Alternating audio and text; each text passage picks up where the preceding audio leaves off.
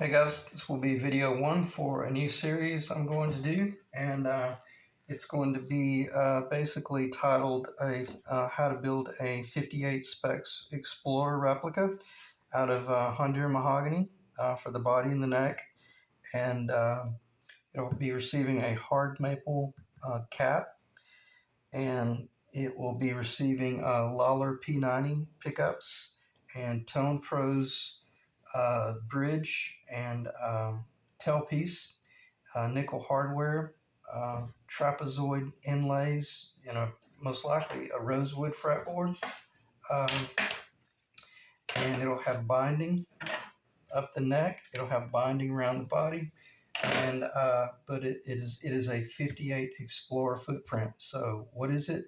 It's basically inspired by a 1956 Gibson Les Paul Goldtop with P90s, but it's a flat top Explorer. So it's a very, very cool project. And this is the project that I've spoken about through some, in some of the past videos for Ed, which Ed, I appreciate you trusting me to build your custom guitar, man, and look forward to getting her knocked out of the park and knocked over the fence or whatever that statement is. So with that information, just initial information, that's how I will title it and how I'll be opening up the video series. The video series is not going to be a how to do this project because I've got hundreds of hours of those videos in the past. If you're seriously interested in building a 58 footprint Explorer replica, well then go to my very first video series, how to build a 58 Explorer replica using Stuart McDonald templates out of Karina, blonde Karina. And that video series was probably, 15 or 20 videos of starting out with big chunks of wood and how to build the thing. But this video is will primarily be for Ed to see the progress of the build and also answer some questions that I have. And I'm going to come right out of the gate with about 6 or 7 different questions that, believe it or not, Ed, that we haven't considered yet, because we've already spoken for about 3 to 4 hours in total over 3 or 4 different phone conversations. And man, we're definitely on the same page as to what it is we want to build. So much so that I've already started the body and have been working on the body for about 5 days, 5 nights actually, working on it a little bit in the afternoon as I'm spraying lacquer on Eric's 81 Explorer E2. And yes, Eric, I'm definitely still working on that guitar. It's just like watching paint dry it's 10 times worse because the lacquer is just, it shrinks and it takes forever for it to finish. Anyway, we need to be careful. I'm going to stop before I start sounding like my mother. So basically, yeah, that's what we're going to build. It's actually a very, very cool project and a very rare one too. I haven't done a lot of research on that, but that's one I haven't seen yet, and not even from like the custom shop. So that would be a very interesting consideration if they've already done that. So anyway, I keep looking down here because I've got a list that I'm going to try to keep myself on point to cover. So, and also before I go to that list, though, I want to stay at a 10,000 foot view and talk about how, with this series, even though I'm not going to show you how to build it, I'm definitely, even in this intro video, I'm going to try to spend some pretty serious time talking about theory and considerations of like scale, where to get these drawings, and then how to go from these drawings to positive and negative space templates so that you can then build your acrylic templates or plywood or whatever it is you're building them out of.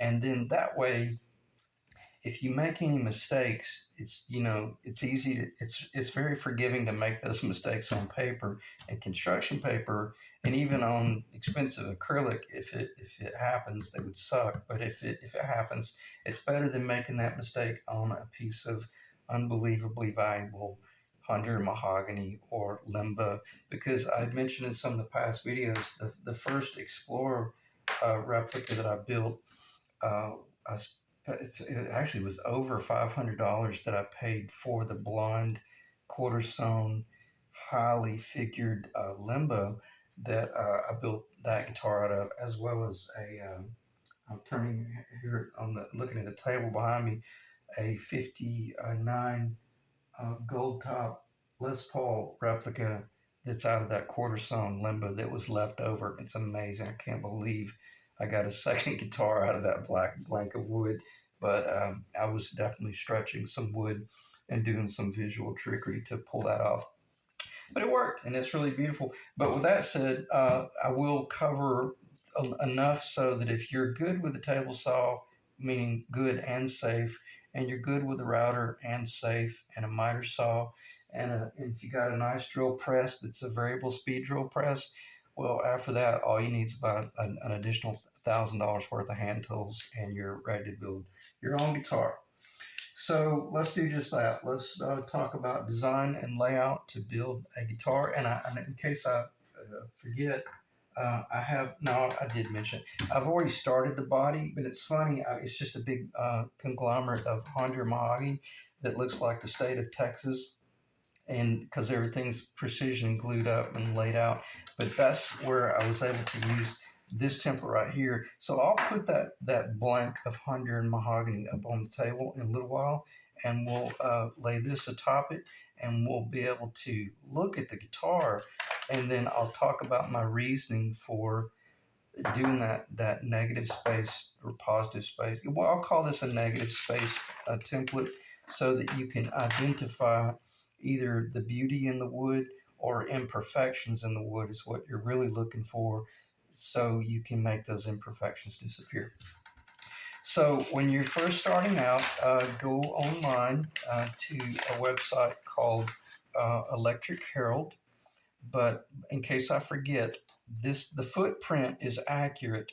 The outer dimensions are accurate. Everything's really, really cool and accurate, but his scale is inaccurate, meaning, the beginning of the fretboard, the beginning of the fretboard to the center of the bridge location, close up to the B and the E string location. Um, I'm talking about that location there. Uh, that's what I'm about to present to Eric, that we've got different scale options that I can build this guitar out of. But just know this, that if you go to Electric Herald and you just have this printed off at a FedEx, Kinko's, or whatever it's called, or I use UPS, they're really extremely well equipped, and I think they only charged me like $10 to print this off, and it's a free download. So you can download this from Electric Herald. It's basically just a 58 Explorer footprint, but it's close enough for rock and roll. But just remember that you will have to machine your own. You'll have to work out all your own dimensions in relation to where these pickups are, and then you're building your pickguard. And I just found that there is a source now that is offering the 58 specs pickguard available. They're fairly affordable, 60, $70, but I don't know how accurate it is when it comes to this pitch. And I've already machined.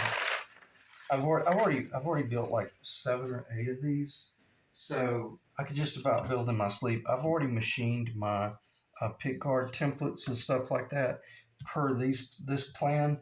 Even if this plan was slightly off from 58 specs, trust me, when you either hold it or set it over on the table and you look at a picture of a 10, 15, $20,000 custom shop guitar versus a $475,000 original one, I can't tell the difference as far as the footprint, the pitch of the headstock. And I did cheat a little bit, and I enlarged my headstock ever so slightly over his footprint. But nonetheless, I'll get into some of those things. But this one's definitely close enough to get you in the ballpark. And the reason I'm talking about the 58 footprint is it's very much, well, yeah, I'm going to say it's fairly different from the 81 footprint, which I'm building for Eric right now. So much so that no, I didn't make a template for Eric's because I was able to use this one when I was making Eric's body, but it's different. It's just, there's a lot about it that's different, but based on the same principles. So um, with that information, get your plans and then daydream if you want, hang it up on the wall, and then maybe start considering the wood that you have access to. In other words, build your own guitar. Because this one right here, that's quarter sawn poplar and paint grade, and it's black nitrocellulose lacquer. And the little guitar is a tone monster. It's amazing. It's got a vintage fretboard on it. So with that said, I was able to pull off a really beautiful guitar fairly affordably, but an enormous amount of time and effort to do said job. But then, after you have your plans in hand, then you can come in and X-Acto knife out uh, the body. But draw your center line first, and then you'll end up in this world right here.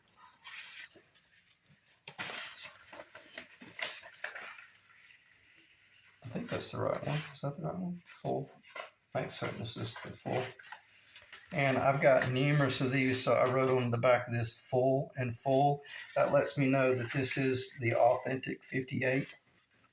So that when I go to my woodcraft in Birmingham, Alabama, I have these half templates that I can lay atop a board, and that board is usually about 6 or 7 feet long, and I can start assessing what can I get out of the board that's on the shelf, and can I use it, or can I cheat a little bit and add, go with a more narrow board and whatnot. So you see where I'm going. This start with paper, white paper, and then a transfer to construction, and then I actually have a couple of them printed off, so that then as you're building the guitar, then so you can come in here and start making notes, change notes, which is what I did.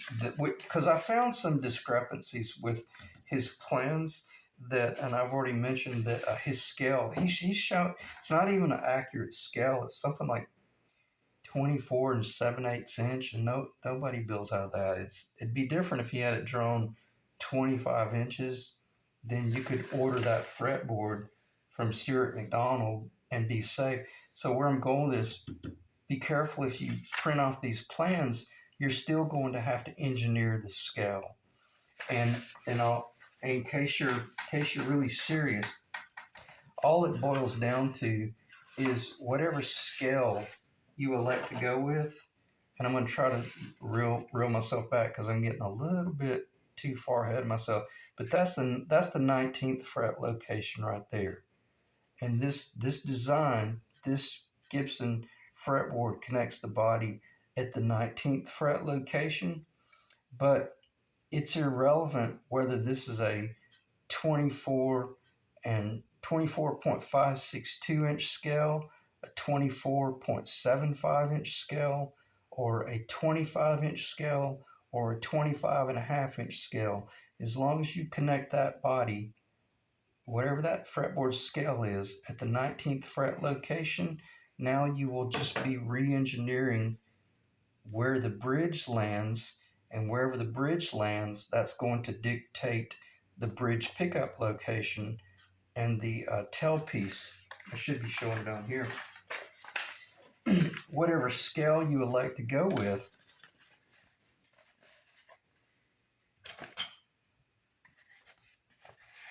at this 19th fret location, if you go with a 25.5 inch scale fretboard build, then it's going to push this bridge back a little bit. If you go with a 24.562 inch scale, like what I'm holding here in my hand, and guess who this is? This is authentic Gibson Les Paul Custom from the 80s, and it is a 24.562 inch scale. It's not 24 and 3/4. So you'll have to engineer that bridge location. I should be showing it on the other side because you're always engineering it from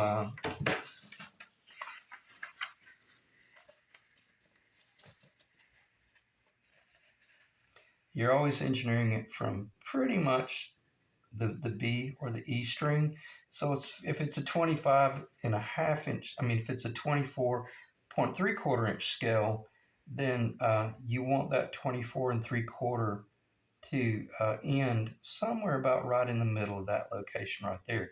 But that's what I meant by if you're building a 25.5 inch scale guitar, well, that's going to push that considerably, which pushes that considerably, which pushes the bridge pickup considerably, and then it'll even push the neck location in a little bit, not considerably, but it will push it in a little bit because the distance from the 19th fret to the 23rd fret, which is the end of that fretboard. See where that black ends right there? That would be considered the 23rd fret location, and then it gets the binding put on it. So if you're going with that build right there, but it's 25.5 inch, then it's even pushing that neck pickup a little bit. So you see my point there? But this stuff right here does not change. This location, I would say this location might shift back just a little bit, but don't shift back too much, because if you carried it all the way back, you might start noticing some pretty serious discrepancies there.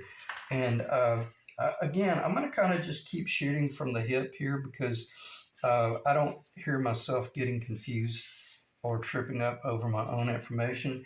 But just to let you know that just be careful about printing off a set of plans and going, yeah, man, let's build a guitar. And then you start drilling into your wood only to realize that this is some sort of weird scale that then you're not able to just buy your fretboard. That doesn't bother me because, I machine my own fretboards all the time, but I don't want a weird scale, because if I've got and this guitar right here, well, it's a 24.75, an authentic 24.75. So it's a little bit longer than your traditional Gibson scale, but not enough that you can feel it. But you can't buy that fretboard right there from Stuart McDonald or whatever other. I think Luthier Mercantile. I only use Stewmac because they've been really good. But okay, so with that said, build the guitar on paper first, even so much so that you if you don't know how to build, maybe you're interested in doing this just to learn. Well, then actually build your neck on paper. This is the headstock that is on his drawings. Oh, sorry about that. But it's just a little bit inaccurate. I'm going to put it roughly where it is, and you can see how much I changed it. Minimal. I changed nothing on the bottom. I made it about 1/8 of an inch longer, but I made it about 1/8 of an inch taller on the top. But yeah, it's about a size. Basically, I'm about no, it's not quite 1/8 of an inch up here. It's about 3/32 of an inch taller up here. But then once it gets out here, it's about 1/8 of an inch longer. And to me, I was scared with this one because, and I'll get to this in a moment, but these tuners, the shafts, they're really long. And if I had have built his guitar profile here and went with the Kluson 6 line tuners that are for this guitar, then man, they would have looked like Mickey Mouse ears on this little bitty headstock. So I enlarged it just a little bit, but with respect to vintage accuracy, and because it has a little bit of a beak right there, which is really beautiful. But that's basically what I'm going to call my 58 specs headstock, and I've put it on every guitar that I've built that is a replica. And what does it look like? It looks like that right there. It's really beautiful. And we're going to talk about pitch, headstock pitch, you know, and what's beautiful, what's comfortable. Um, a lot of mistakes get made out there. They think you're supposed to pitch this like 15, 16, 17 degrees, and man, that is not the case at all. It'll look like a shovel. It'll look like a snow shovel. Believe it or not, that's a that is a 12-degree pitch headstock. The first Carina uh, Explorer replica that I built was a 14-degree pitch headstock, and you could see it. It was seriously pitched. And after that was I think I might have built one more after that at 14, but then I changed over to 12. But that doesn't mean that we're going to build Ed's guitar with a 12-degree pitch, and that's going to be one of the things I need to get verified from you, Ed, as to what pitch you want. But I would highly recommend that we do not pitch over 14 degrees. That is and even if you research, oh my gosh, what's the guy's name? Keith Williams, 5 White World, A Short History of the 58 Explorer replica. And it's his fault that I started building these things, because his information was so intriguing that it really opened up so much information to me that I knew, oh my God, the information that he presented saved me so much unknown, or it saved me from the pitfalls of doing something like a 16-degree headstock with that extremely valuable lumber, only to realize, oh God, it's way too much. So anyway, watch that video series if you're serious about building this particular guitar, because that is some absolutely invaluable information to get you started, and then go from there.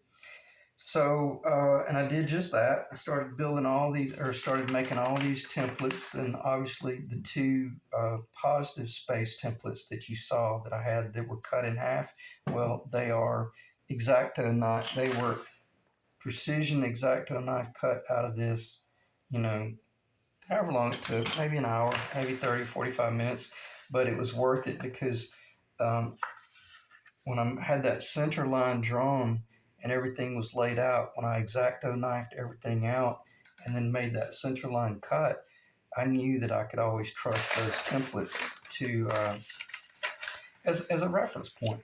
So with that said, let's do just that. Let's use this negative space template as a reference point, and let's see if we can turn this piece of Honduran mahogany that looks like the state of, what state would that be? I don't know. I don't think, it might be a little bit of Texas there. I'm not really sure. But nonetheless, I actually was not supposed to let you see that first, but, anyway, this would be interesting. And what's amazing is how quickly, now I've got the guitar penciled out on here, which I may show and we may talk about, but probably doubtful, because I do have a checklist here that I need to go over for Ed. And then, let me get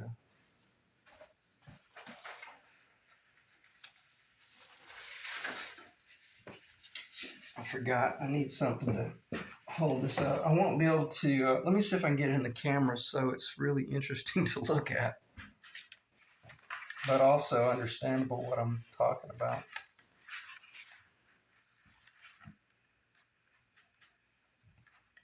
And man, it turns into a guitar really fast. So now you see the importance of having some, I need some blocking back here as well.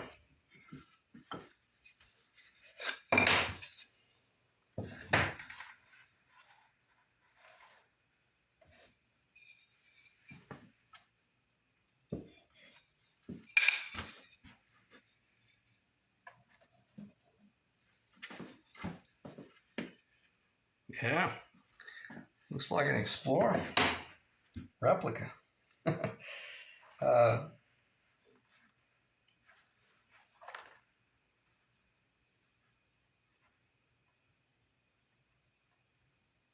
That should be pretty much exactly the guitar.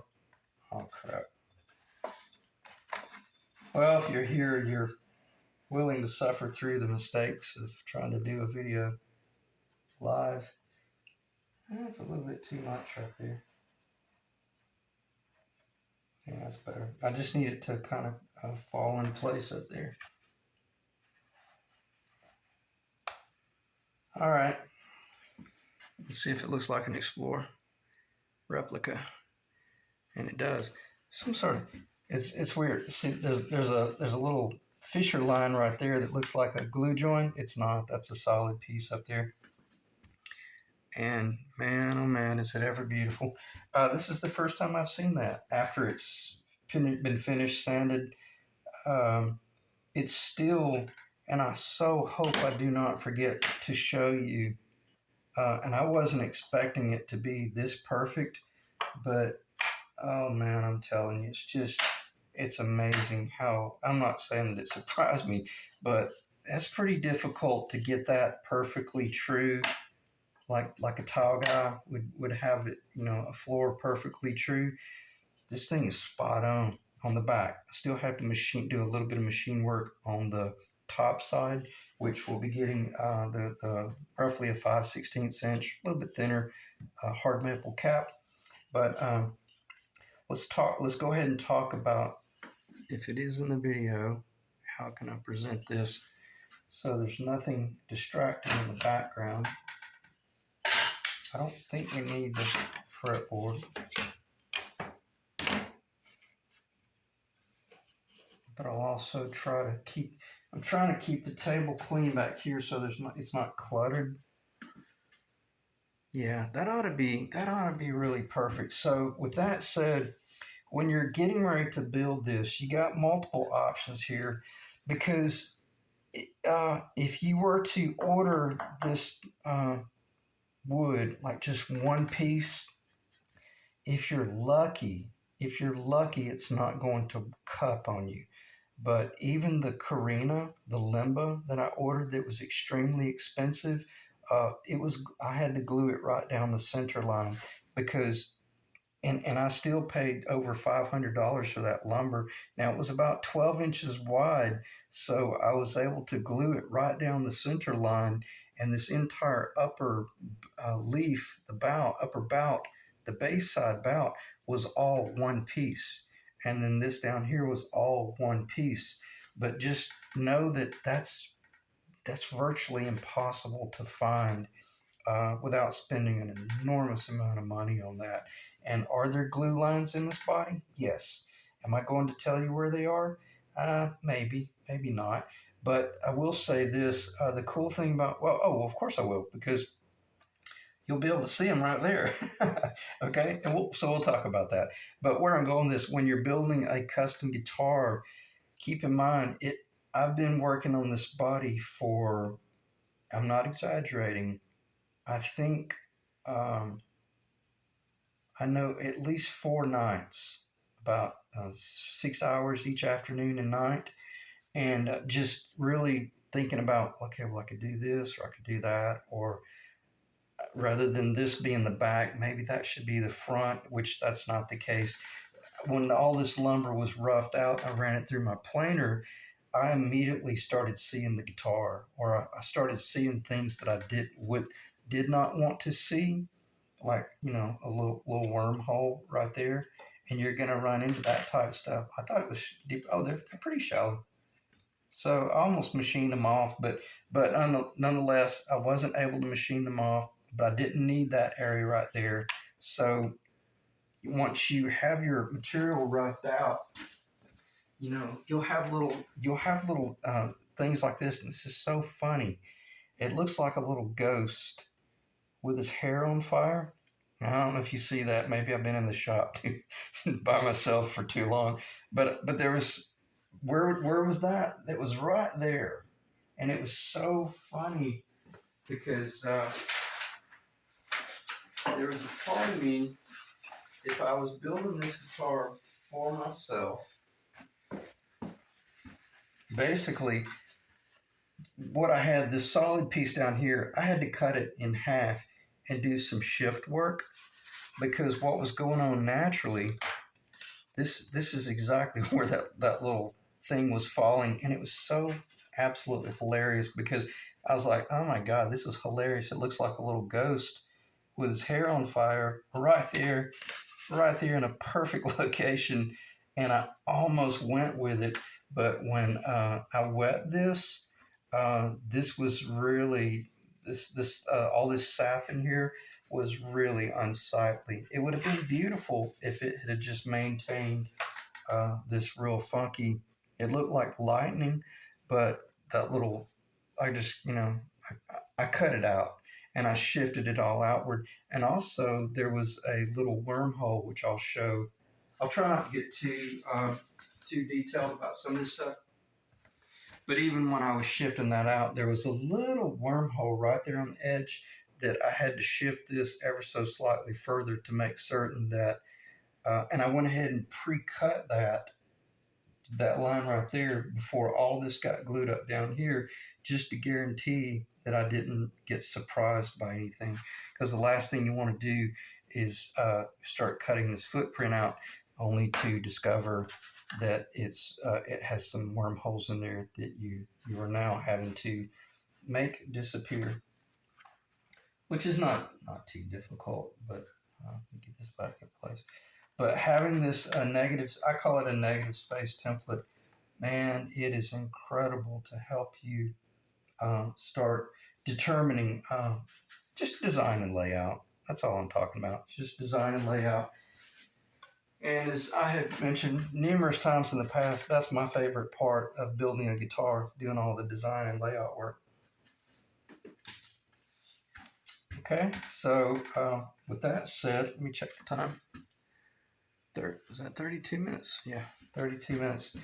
Then once you, and keep in mind, you've got all these blocks of wood that you're considering gluing up and looking at real vivid pattern, what's going on in this board right here, then because what happened, this board right here, see, if your board is a certain width and a certain length, then you're taking this, you might be taking this you might be removing this location right here from this end of the board or that end of the board, or this board right here from that end. And that's exactly what took place. That board over there was up here. This board down here was behind it. So it basically went first position, second position, third position, and then but that's not always the case, because what was going on with this real wild, vivid grain work right here, because these mahogany trees are so, big, it'll go over here and it'll end up being near quarter sawn. It's rift sawn over here, but then by the time you get over here, it's 100% plain sawn, but according to where your board is cut, if it's still plain sawn right here, then you better make certain that you're using the part of the board that is still plain sawn, and now you're matching annular growth rings the best you can. And it's difficult. So if you have a real clear piece of mahogany that was from an enormous tree where you were fortunate, and you'll get lucky and you'll be able to glue it up. But what's so difficult, the Explorer is so damn big that it's hard to pull that off. But I looked at it as the opportunity. Well, if that's the case, then let's go wild and vivid, because what's going to happen up here, wherever you get to the plain sawn areas, and especially if you're lucky enough to get a board that is like where there's a lot of knots in it and it's real knotty, man, that the chatoyancy is going to be off the charts for that particular board. And this it's close. There's a few moments of excitement where I think it's going to get pretty vivid up here. But I think for the most part, it's going to be fairly tame. But I don't even know, because I haven't even wetted it yet with just water. And I certainly did not want to like wet it with mineral spirits yet. But I did wet it enough as I was doing my joinery but not considering anything like the whole body. Okay, so I'm kind of rambling now, but it was exciting once I saw the guitar come together. The first glue joint I did was this side up here, because I knew that the glue work that I was doing down here was getting more into like the quarter slash rift zone area of the board. And I already had plenty of wood from this end down here to move up here and manipulate any way I needed to, which turned out really beautiful. Okay. So, and there was a part of me, I started to open up this video with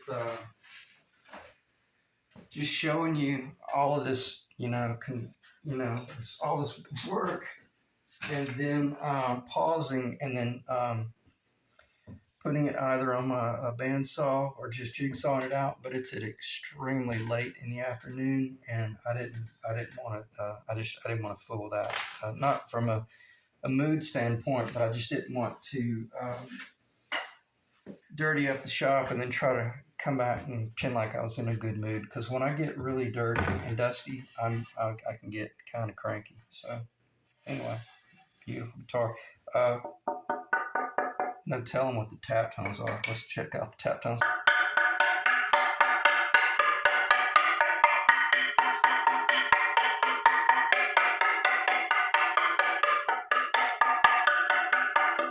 That's insane. All right, but it also weighs about 10 pounds. So anyway, so main glue line right there, main glue line right there. And let's talk about that trickery. I'll talk about this just briefly. Oh yeah, I do have a C-clamp over here.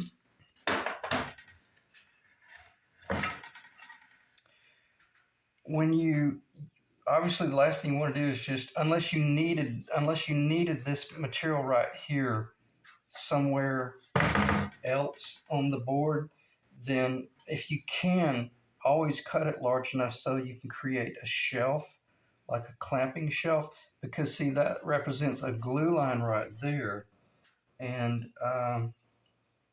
yeah, and this represents a glue line right here. But with let me get a smaller clamp.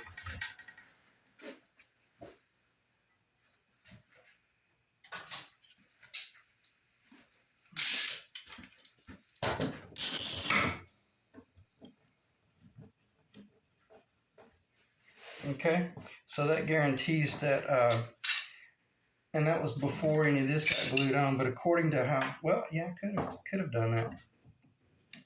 These cabinet clamps are pretty, large. But the cool, oh, there it is, right there. Oh, my bad. Now, that's not the build, but I'll discuss this briefly, and this should make perfect sense. None of this lower was glued on yet. It was just a clean straight line at that point right there. So with that clean flat line, but a protective blocking, and this very square, all I had to do was just reach over from clamp to clamp, from edge to edge, and glue it up. But then this one got clamped here, and then by the time I moved to that clamp, it probably reached out down here, and then third clamp here, reach down to that line.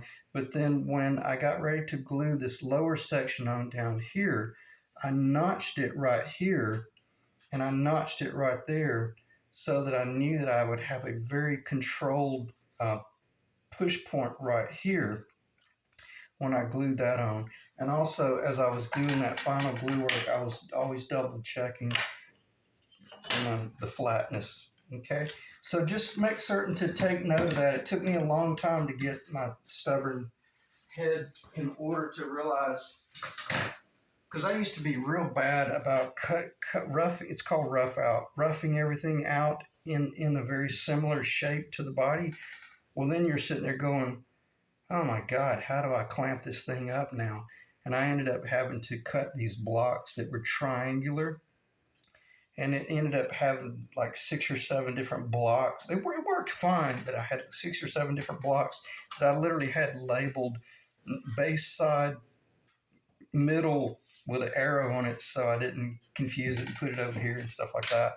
But anyway, with that information, let's see if I can show you what I'm talking about as far as flatness. I'm gonna do the best I can to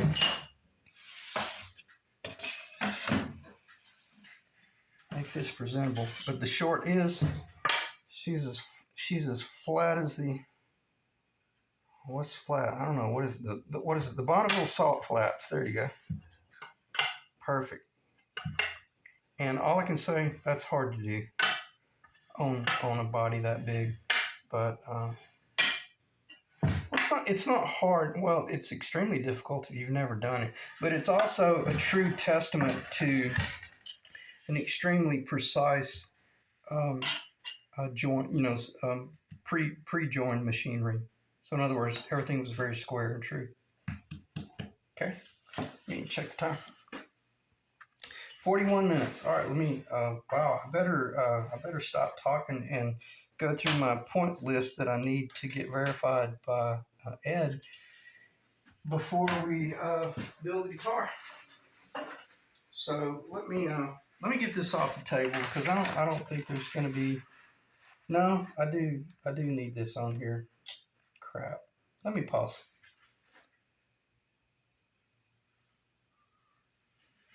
Okay, from here on out, I'm just going to try to focus on my checklist here for Ed, and then that'll really help me out. But I'm going to skip the scale and the headstock pitch and go straight to number 3. And if we build the guitar with this is not your maple. This is just some maple that I had left over from building Eric's guitar, because this is the soft curly maple. But if we build yours, and I want to build yours with the hard maple, because as we've already had that conversation about our target tone being more along the lines of like a Les Paul. If we leave the top solid, regardless of whether we do a pick guard or don't do a pick guard, which I really want to do a pick guard, we'll cover that later on. But if there's a possibility we're going to do the whole top just gold top and solid with no pick guard, then we definitely need. I've got to have some sort of rear access control or rear access, which will create the need for a rear control cover. Cool thing about this layout, this is virtually identical to the way I built Eric's 81 Explorer. But regardless, if you don't want to see that right there, which is exactly what I'm presenting, if you really prefer just a real clean, precise, open footprint, open real estate there, then I'll need to, at a minimum, on the top, because since I'm gluing this top down, I can do every bit of the machine work under where the top is going, so that once the top goes down, the only thing I would need access to would be just identical to what I just showed you. There wouldn't be a small cover up here. I'm just showing you that as like the small amount of access that I would have to route out in order to get the three-way. Oh, I got one. In order to get the three-way in there, and it would be even smaller than that. But as long as I had just enough room to get the three-way in, then I could do that little bit of top machine work, and then feed all that wiring in from the front, and keep the back real clean and open. We elected to do the access on the back of Eric's guitar because there was a very strong possibility that we were considering not even doing a pick guard on his guitar. But I think with the Goldtop right now, I'm seeing the need to keep this thing with a pick guard on it, and I'm just going to stop because that's not my build. But start thinking about that, Eric. What it is you're wanting to see, but I'll be real direct to make the statement. The Explorer is an enormous footprint, and it gets really it gets really naked without the pick guard on there. And to me, the pick guard is actually one of the most beautiful design elements of that guitar. Okay, whether it's a parchment pick guard or whether it's a black, that's irrelevant at this point. But definitely be thinking about whether you truly want to go with a parchment P90 or a black P90. And I'll have to digress here a little bit. I just know that the 50s Goldtop Les Paul was primarily always going to be the cream or the parchment P90. However, it was very rare in the very early. I keep showing that. I should be showing that, but in the very early Les Pauls, they did use some black P90s. So if you want to be, a little bit unique there, we could do black P90s, black pickguard, black covers, or I got to tell you, I think it would be so beautiful if it's, regardless of whether it's a dark gold or a light gold, I think it would be so breathtaking to see the cream P90s with a parchment pickguard, parchment covers. If you wanted, you could do a black on the back, but there's something really sexy about that right there. And what is that? That is not something you can buy off the shelf. That is machined specifically per 1958 specs, and you cannot find those. Those have to be hand machined. So I got a little emotional there. But nonetheless, with that said, I just wanted you to see that before I moved forward with getting this thing off the table. So we're going to need to talk about scale, headstock pitch, which is kind of irrelevant at this point. The P90 radius, cream versus black. Can't go wrong. You really can't go wrong with either parchment, plastic, or and I'm talking about the P90 covers as well, or black, because you're going with nickel hard. Well, hell, even the gold would be beautiful with either one of those. But the nickel hardware, when I'm thinking of like a 50s Les Paul, if that's what we're inspired by, so definitely nickel hardware and then cream.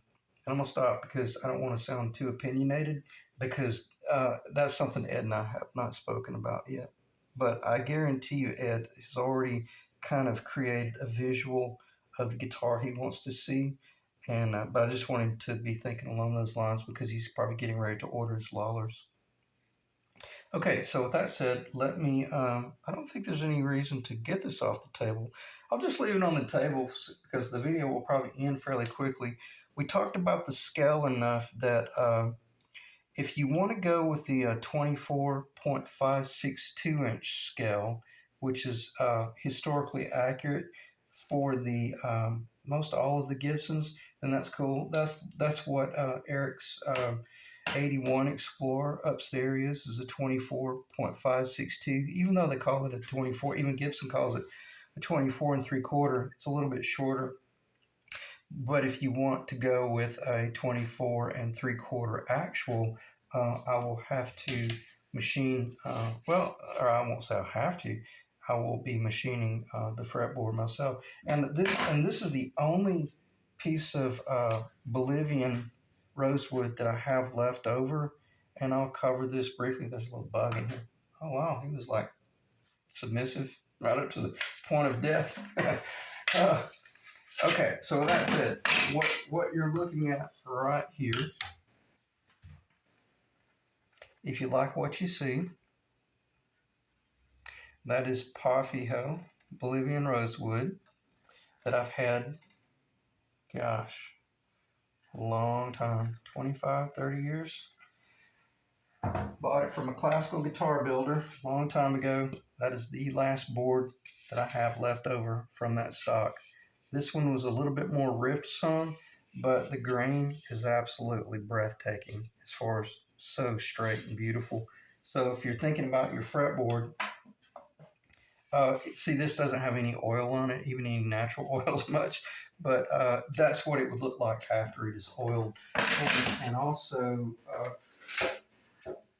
if we went with the gold mother of pearl trapezoid inlays with that piece of rosewood fretboard, well, this was the very first one from that stock. It would look identical to that.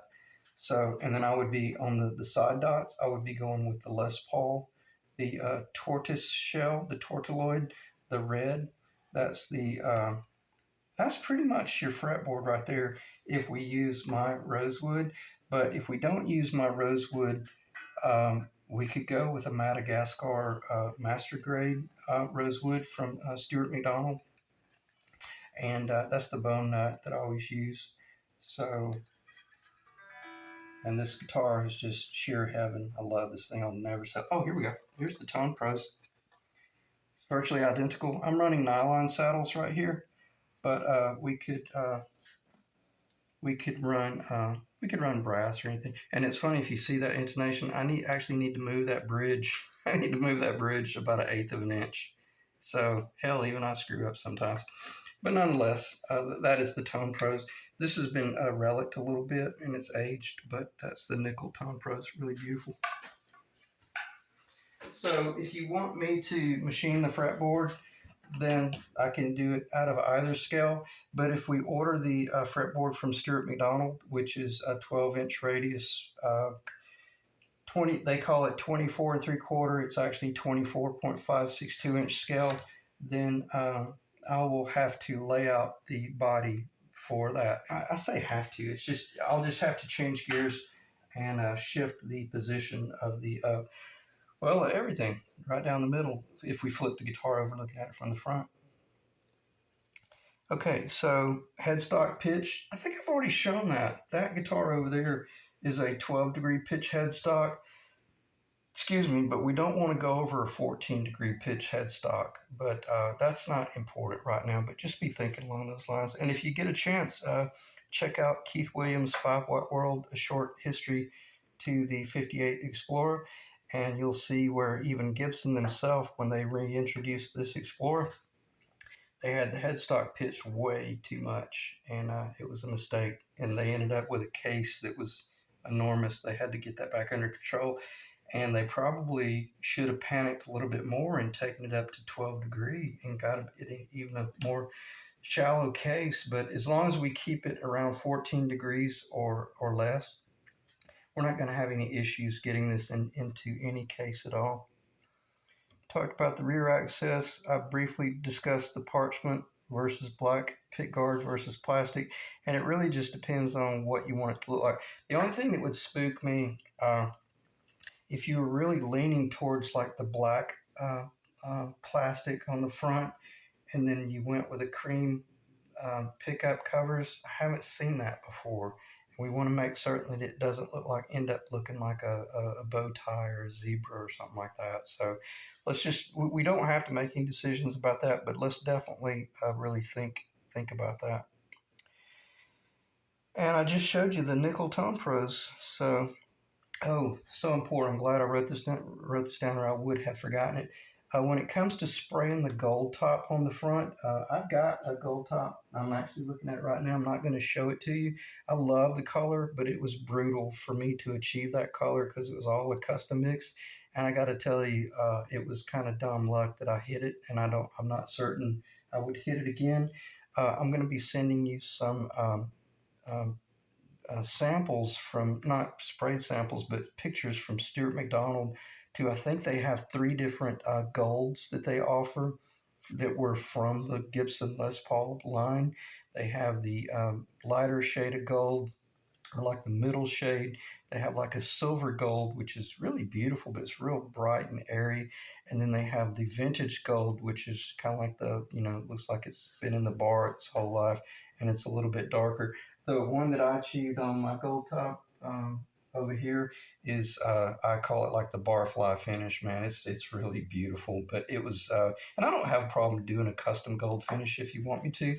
We're not there yet, but I'll say that if I'm getting ready to order material like fretboards from Stuart McDonald and the pearls, the tortoise shell side dots and stuff like that, I want to order the spray paint as well. I think that stuff's about $40 an aerosol, $35 to $38 for for the aerosol can, so that's not something plus shipping. And that's not something I would want to order again after I place my first big order from Stuart McDonald, because I'd like to order all that at one time. So I'll send you some pictures of that, Ed, and we'll pick the colors, and then I'll check the time. We're at 55 minutes. I'll try to keep this under an hour just so that it's, a manageable video. But let me recap here. Scale options are 24.562 versus 24.75.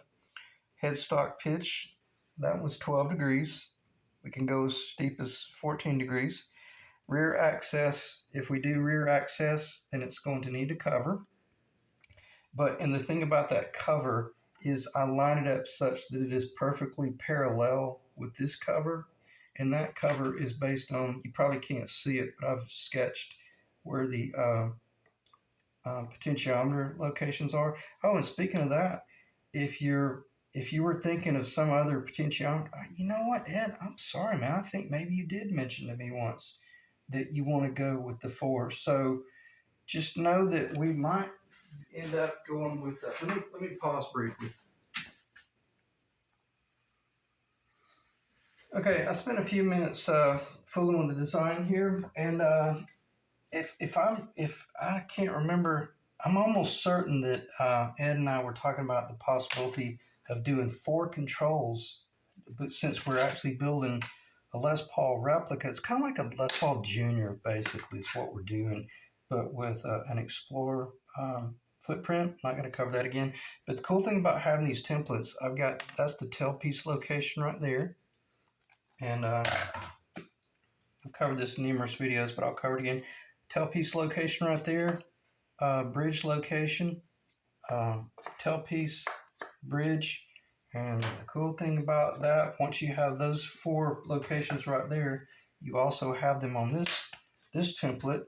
And when you line these to atop one another, voila, you have created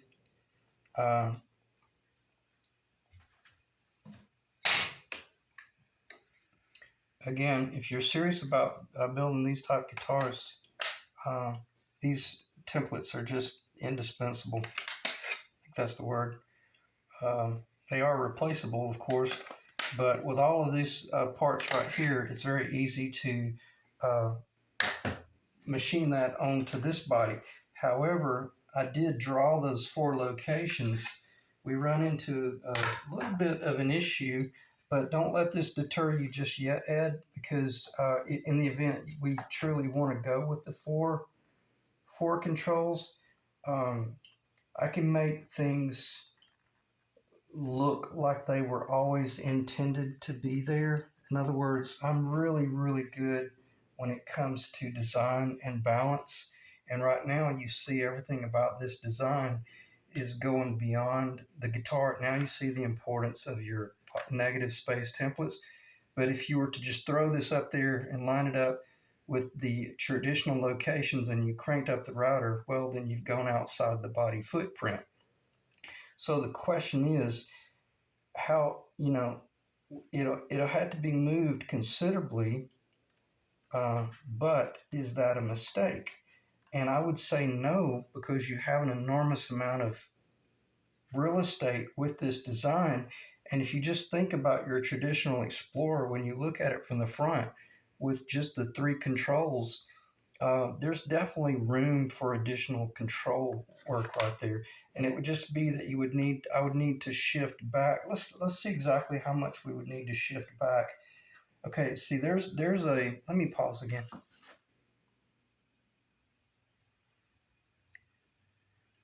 Okay, getting to do some real-time design work here. That potentiometer location represents the Gibson Les Paul neck tone potentiometer location, which is also identical to the Explorer tone. See, that's the traditional location for the 1958 tone potentiometer.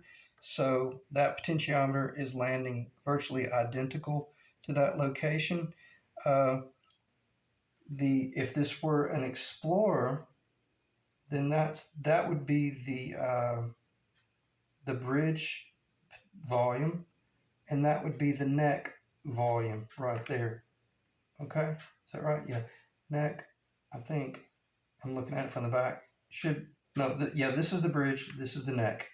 So this volume, that which would be for the bridge, is only about 5/8 of an inch away from the traditional volume location. So I say all that to say, and I don't have two more potentiometers, but I say that to say this: it would definitely work, but and you would think, well, it is shifted farther back in relation to being a Les Paul, but only by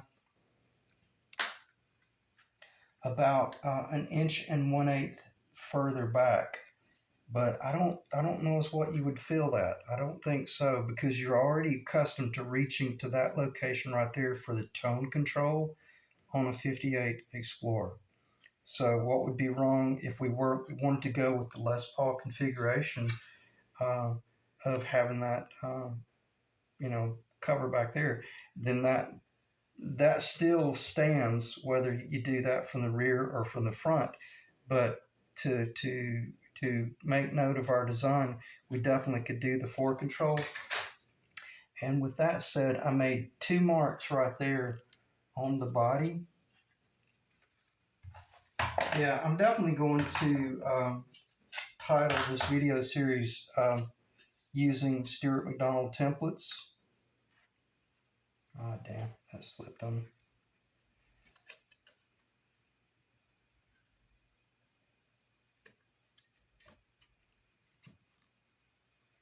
And also, this is so important.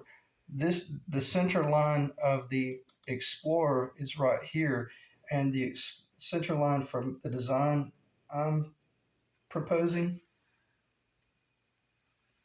Make certain I'm close enough. I could shift that cover just a little bit. See, you could shift your cover up so you don't get too close to the edge, is what I'm looking at. So in other words, that can be worked out over the phone. So, but basically right now, the center line of my Les Paul template is about 5/8 to 3/4 of an inch higher, and about 1 1/8 of an inch further back, in order to. I don't think this one will fit. This is just a. I'm almost certain it won't fit. It is a. I think it's like an Epiphone. I just bought it to do cheap. Keep hitting that light. Voila, there you have it. So it would work. And again, if this was way out of location, then I would say we might want to reconsider this. But the potentiometers route work would not change. But then I could shift this cover just to make certain that it's not too close to the edge, and quite considerably, because there is an enormous shelf in there, to relocate that cover a little bit. So I could shift that cover just enough so that it looks okay, or actually looks really good. And actually, this line on the cover, you would think it's parallel with the center line. It's not. It actually tilts down a little bit, gives it some character. So let's see if you can.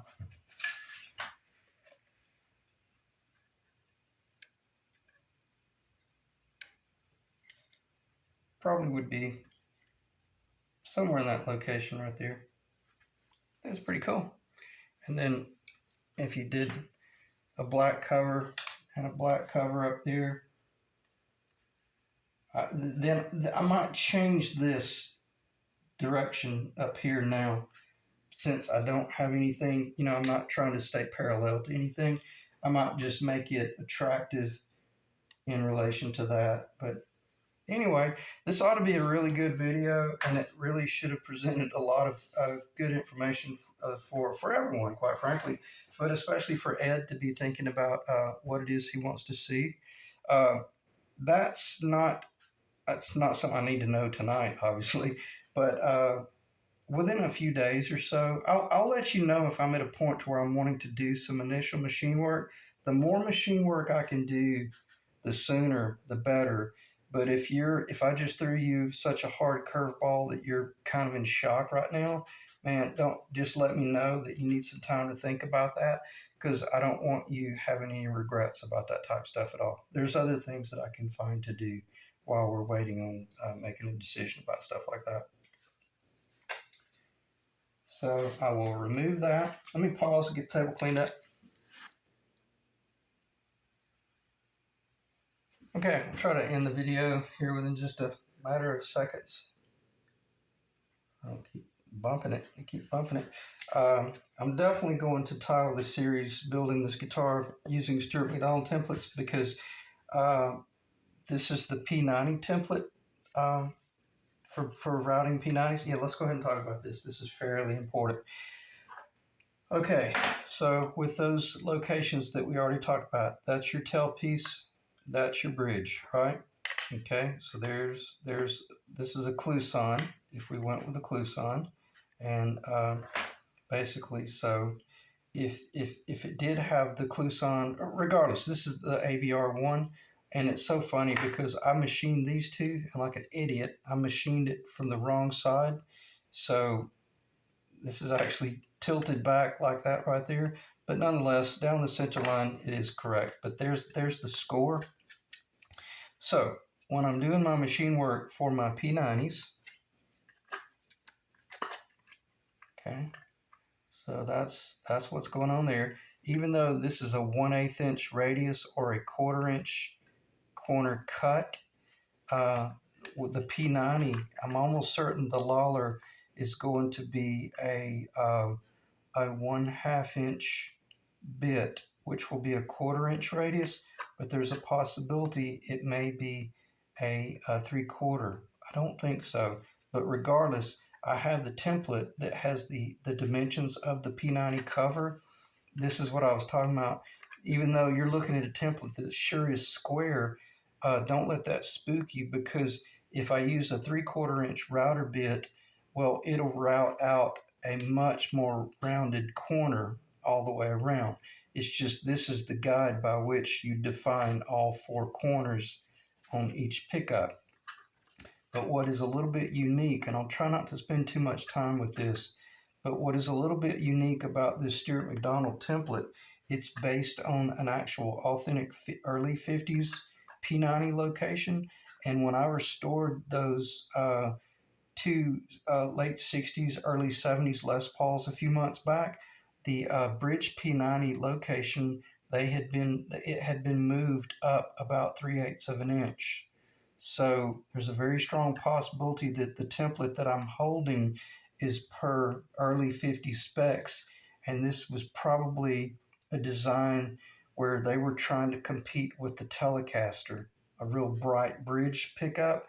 And so we need to proceed with extreme caution right there, just throwing this template down and doing the route work, because I would be fearful that we end up with an insanely bright bridge location. So I'm already leaning with the thoughts of moving that 3/8 of an inch, but I'll do some more research on that, Ed, and nonetheless, we'll go from there. But I'll probably will find out what is just the question would be, well, what's the distance from this P90 edge right here to the edge of this P90 here on the inside, and then that way I could determine, okay, well, I've already determined it, and I wouldn't have even brought this up unless I'd made that discovery when I was restoring those two vintage Les Pauls. They were both P90 bodies that were machined out, and even the one that was butchered up really bad, you could still see the original front wall. It got bangered in the back where they fit the bridge humbucker in the backside, was way wrong in the location, but nonetheless, and where I'm going is the original front wall location was a 3/8 of an inch further towards the neck, even on the one that was butchered really bad. and definitely on the one that was a 71, Jerome's Goldtop. And Jerome's Goldtop, it had not been messed with. So I'm leaning in that direction right there for right now. But if for some strange reason you wanted it back here, Ed, I'd say you'll have to really talk me into that because I think this is most likely wrong. So be careful if you order these templates. Don't just pull the trigger on something and think it's wrong because Gibson Manufacturing changed that in the late 60s when they reintroduced the 1968 Goldtop Les Paul with P90s. They moved the bridge location forward at least 3/8 of an inch. Okay, so with that said, that ought to be some incredibly valuable information and a good place to end the video because I know I'm over an hour and 10 minutes. Wow, I cleaned my phone so I was able to get some longer videos, but I'm going to still try to keep these videos around an hour at the most or so. So, very quick recap. We've already talked about the scale. We've already talked about the headstock pitch. We've already talked about the rear access versus the front access. The control stuff here. Parchment versus black. P90 radius. We talked about that. Nickel. I've already shown the Tonepros. And the Stewart McDonald Gold. I need to send you some pictures of the 3 different golds they offer. And then we'll go from there. So again, Ed, I appreciate you trusting me with your really cool project, and I appreciate you guys checking in and watching the videos. If you got any questions or comments, let me know, and we'll go from there. So I'll see you in the next video.